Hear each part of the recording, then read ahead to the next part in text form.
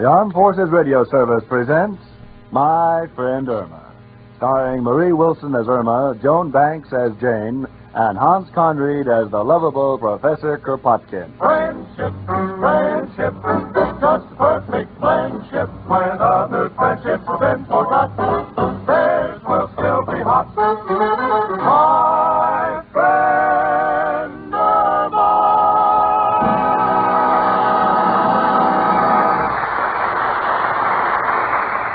Oh, Jane. Oh, sweetie, what kept you so long? Well, I went 6 stops past our station. Why? Well, every time I went to get off, some nice gentleman got up and offered me a seat, and I just couldn't turn him down. Oh, Jane, I have wonderful news. Really? I've decided to better myself. Oh, wonderful. You're going to give up Al? Oh, no, Jane. I've made up my mind to have culture and social position. So I took my last $30 out of the bank and enrolled in a school for piano lessons. Piano lessons? Mm-hmm. Irma, look in the corner. Hmm? Oh, it's not there. No. Oh, well, you probably mislaid it someplace. Yes, I swept it under the rug while I was cleaning. Hmm. Look, sweetie, I'm trying to get this situation clear. I sent the piano back to cut down expenses, and you have to pick this time to take piano lessons. Irma, I can't understand how you could do a thing like that. You never touched that piano. Well, it got me all confused. It has 3 pedals on the bottom, and I only have 2 legs. Irma, let's not waste any more time. The piano is gone, and you need your money. So go back to the music school and tell them you've changed your mind. Oh, Jane, they won't give the money back. You can see what it says right here in this circular. Let me see. Look. The Beethoven School of Music. Sam Beethoven, president. Oh, they have a real nice slogan, haven't they, Jane? Well, let me read it. If you have music in your heart and bones, who knows, you may be another Spike Jones. Oh, no. And look at this. Hours from 9 to 6, payments in advance, and positively no refunds. I discussed that part about refunds with Mr. Beethoven, and he said the purpose of music is to make people happy, and that if he had to give back the money, it would make him very sad. But, honey, what are you going to do? You're stuck with the lessons and you have no piano. What are you going to practice on? Oh, could use a typewriter and hum. Oh, sweetie, be sensible. Come in. It's only me, Professor Kropotkin. Hello, Janie and Irma. Proud like 2 little peacocks. One with her head in the air, the other with air in her head. Why, Professor? Oh, excuse me, Jenny. A little joke I found on a package of birdseed. Girls, I was wondering, could I borrow some wire to hang up a picture of Mrs. O'Reilly in my room? Well, surely, but why the sudden affection for Mrs. O'Reilly? The doctor's orders. Doctor's orders? Yeah. He put me on a diet, and her picture is the only thing that will spoil my appetite.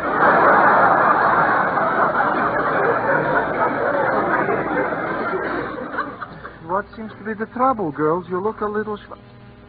Say, where is the piano? Professor, I just sent the piano back because the payments were too large, and what do you think Irma did? Signed up for piano lessons. How did you guess? I figured for Irma to be a logical step. Irma, darling, maybe you can get your money back, huh? Oh, no, there are no refunds, but it says on this circular that I can substitute something else for piano lessons. And, gee, you're a professor. You're a musician, Professor. What do you suggest? Well, please, let me look on the list, huh? Beethoven Music School. I knew a man who took that course. Studied for 10 years. Still couldn't learn to play an instrument. Then the school didn't help him at all? Well, Janie, yes and no. After 10 years, he was so mad that every time he saw someone play, he would wave his fist at him. Became one of the biggest conductors in America. Oh. You see, Jane, I told you it was a good school. What course do you think I ought to take, Professor? Well, here's something that sounds practical. Combination harp and drum lessons. Practical? Sure. Anyone who practices all day on the drum should also be prepared to play the harp. Hello, Jane. Professor. Hiya, chicken. Hello, Al, honey. Say, Al, that's a beautiful coat. Where did you buy it? Oh, thanks. Got it on an election bet. Oh, you won it. Well, not exactly. Another guy lost the bet, and I held his coat while he pushed a peanut down the street with his nose.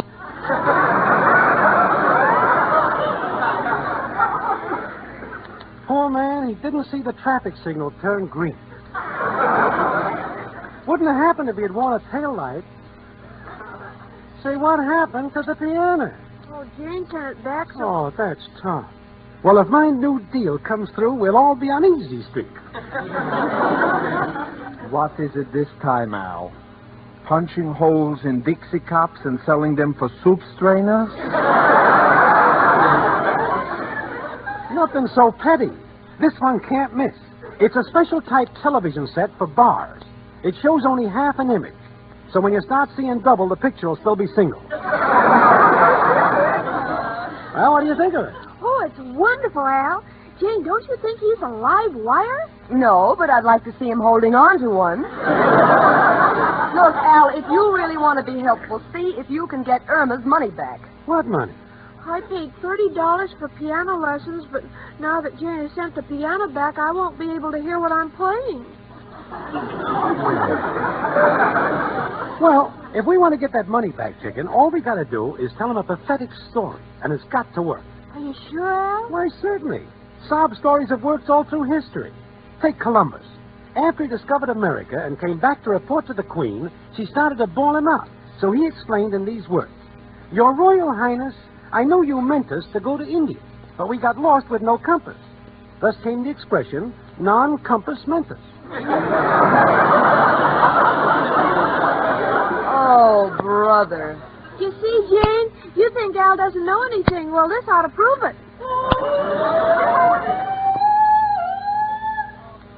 Good heavens, what was that?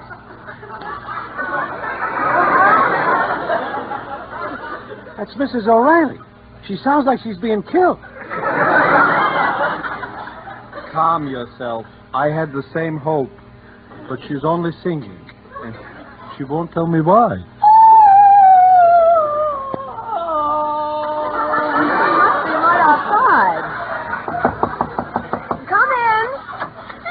Everybody. Well, Mrs. O'Reilly, why the sudden burst of song? Why, don't you know it's almost time for the annual singing contest?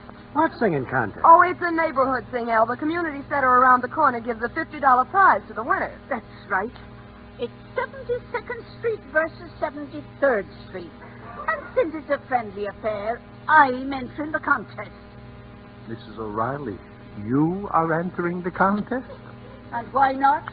Look, Mrs. O'Reilly, just because you are built like the sextet from Lucia don't mean you can sing like that.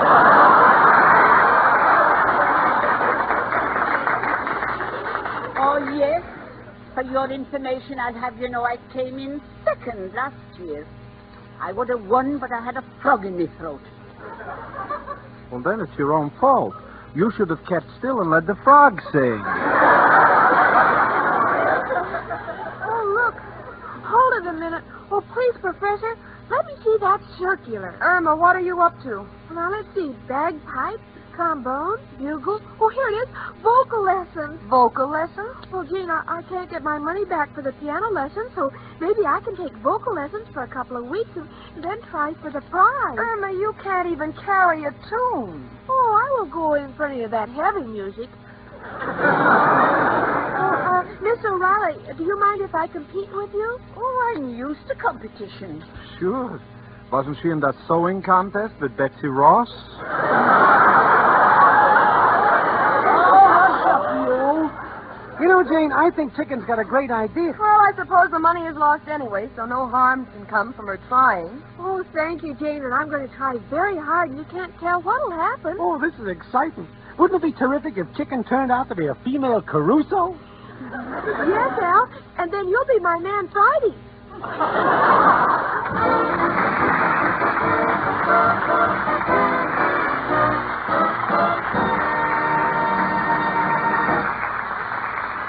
You know, they say when most good good singers sing, the glasses vibrate.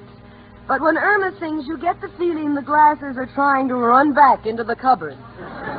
Deep in my heart, I know she hasn't got a chance to win the contest, and the money she gave the Beethoven Music School is down the drain, but there's always a chance that the judge of the contest may have worked in Atlantic City and will declare Irma the winner because she has the nicest legs.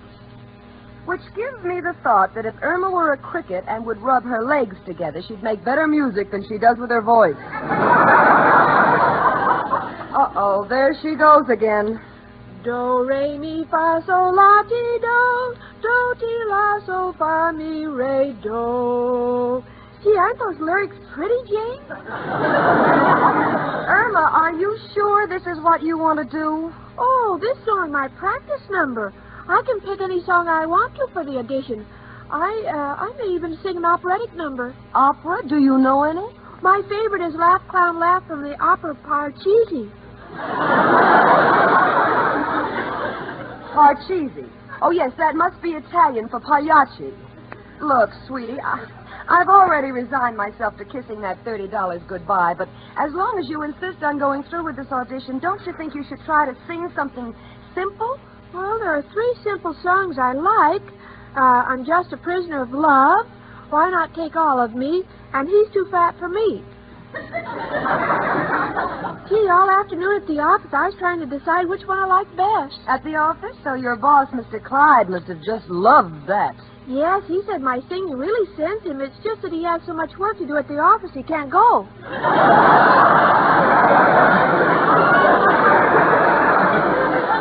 Oh, Irma, why don't you just forget this whole thing? Oh, no, Jane, I'm sure I can sing. Don't forget they laughed at another singer, but now he's a millionaire. What singer are you talking about? The one who sells all those sewing machines.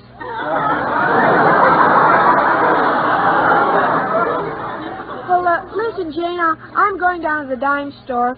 So far, I have A Prisoner of Love, and Why Not Take All of Me, and the others, but maybe I'll find something I like better. All right, sweetie. Goodbye. Hello. Who? The community center? Oh, yes, Mr. Sterling. What? You received Irma Peterson's application to enter the singing contest. What? You're listening to all the 73rd Street contestants in a half an hour? Yes, I'll tell her you'll be here. What? Yes, I'll convey the same message to Mrs. O'Reilly. Thank you, Mr. Sterling. Goodbye. Come in. Oh, Mr. Clyde. Miss Stacy, excuse me for barging in like this. Is Irma Peterson here? No, but she'll be right back. Why? I want to fire her. I want to assassinate her. I don't know what I want to do to her. Now, control yourself, Mr. Clyde. I'm sorry, Miss Stacy. That girl has worked for me for some time, and I put up with a lot. I didn't mind when she cut holes in my galoshes so the water would run out. And I could even take it when she had my desk painted and put my new top coat over it so no one would get their hands wet. But what is this song title madness? Well, Mr. Clyde, she's entering a singing contest, and she has song titles on her mind. On her what? Miss Stacy, I dictated a letter to her yesterday, and I found this carbon copy. It's to my most important client. I'm supposed to be a lawyer, but when he gets this letter, I'll need one. Well, let me see it. Dear Mr. Vanderbilt, I regret the Court of Appeals decided against us, but I trust you'll appreciate my position in this matter, as I am just a prisoner of love. Oh, no. Continue. Please remember that you have had my untiring efforts, my 30 years of experience, my unimpeachable integrity, so why not take all of me? There's more. Keep going. I was considering enlisting the help of ex-Senator Bernard Sindel, but I have decided against this because he's too fat for me.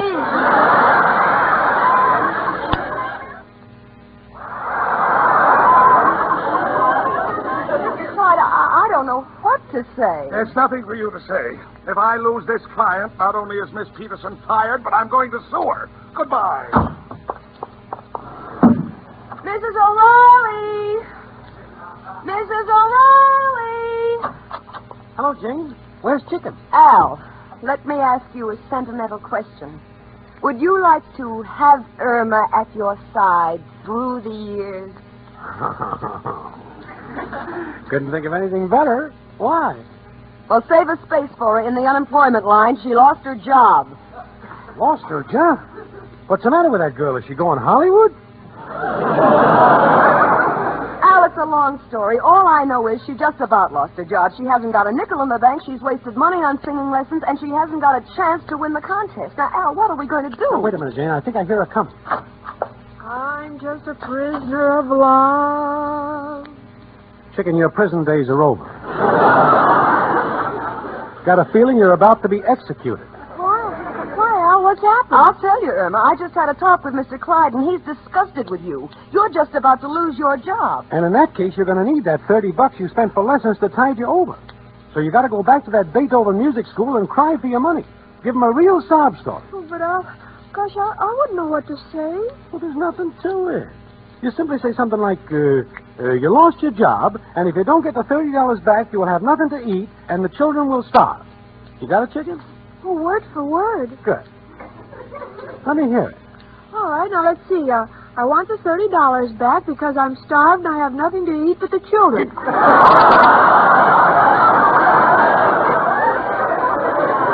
Hold it, chicken. You got the right words, but they sound like they went through the mixmaster. Oh, Al, you know she won't get it right.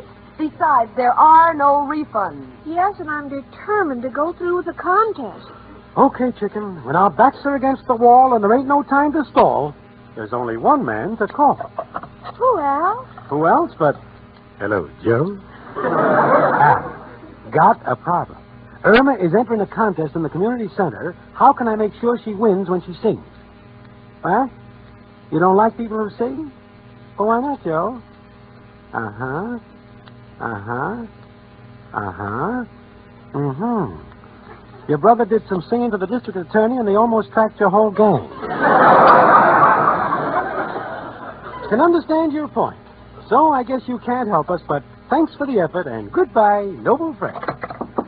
Come in. Hello, folks. Janie, the professor here told me you called me. Yes, I did, Mrs. O'Reilly. Mr. Sterling from the community sing call. He's going to audition all the applicants in this block, and he'll be here any minute. Any minute, glory be. I'd better try my voice. Oh, la, la, oh, well, my notes seem to be nice and pear-shaped. Why not? You're built like one. Why, you tattered old Toscanini, you. Mrs. O'Reilly, please, I'm only fooling. You know that, to me, you look like a queen. Well, that's better. The Queen Mary in Drydock. Now, listen here, you. Oh, please be still, will you? Someone's at the door. Come in.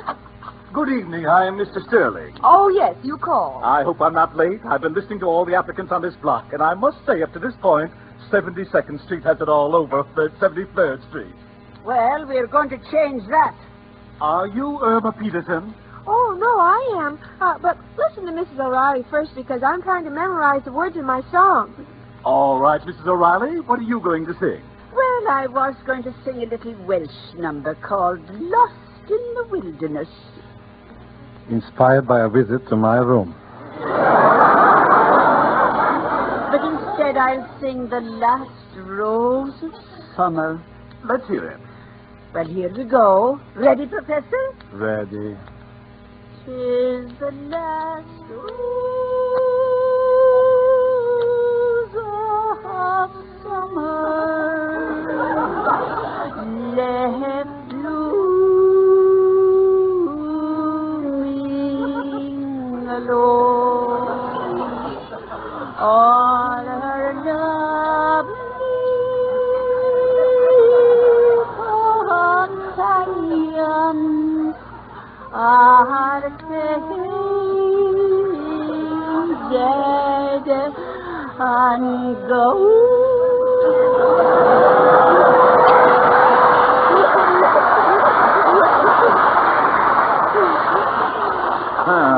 That's very interesting. And,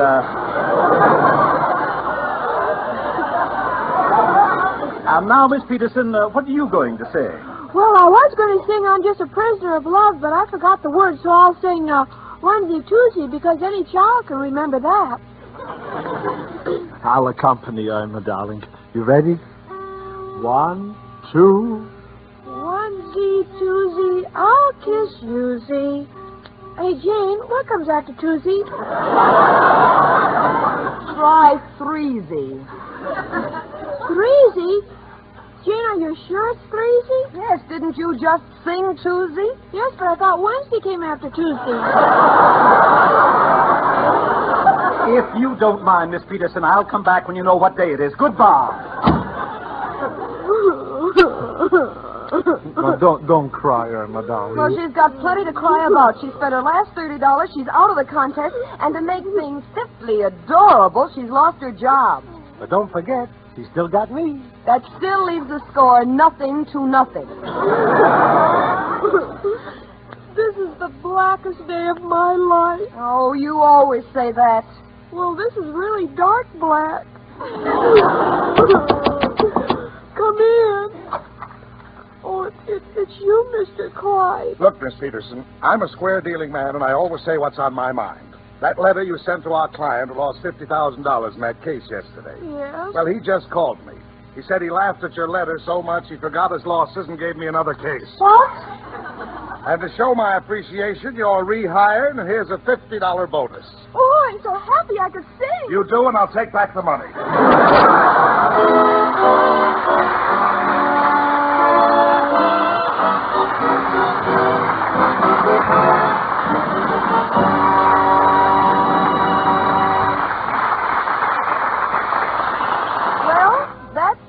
Of Irma's musical career, Lily Pons can now breathe easy again. And thanks to Mr. Clyde's generosity, Irma has $50.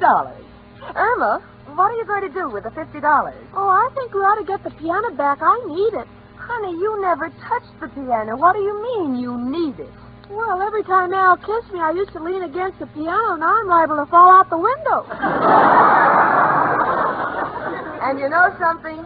She may fall out of the window head first, but believe me, she'll land on her feet if I know my friend Irma.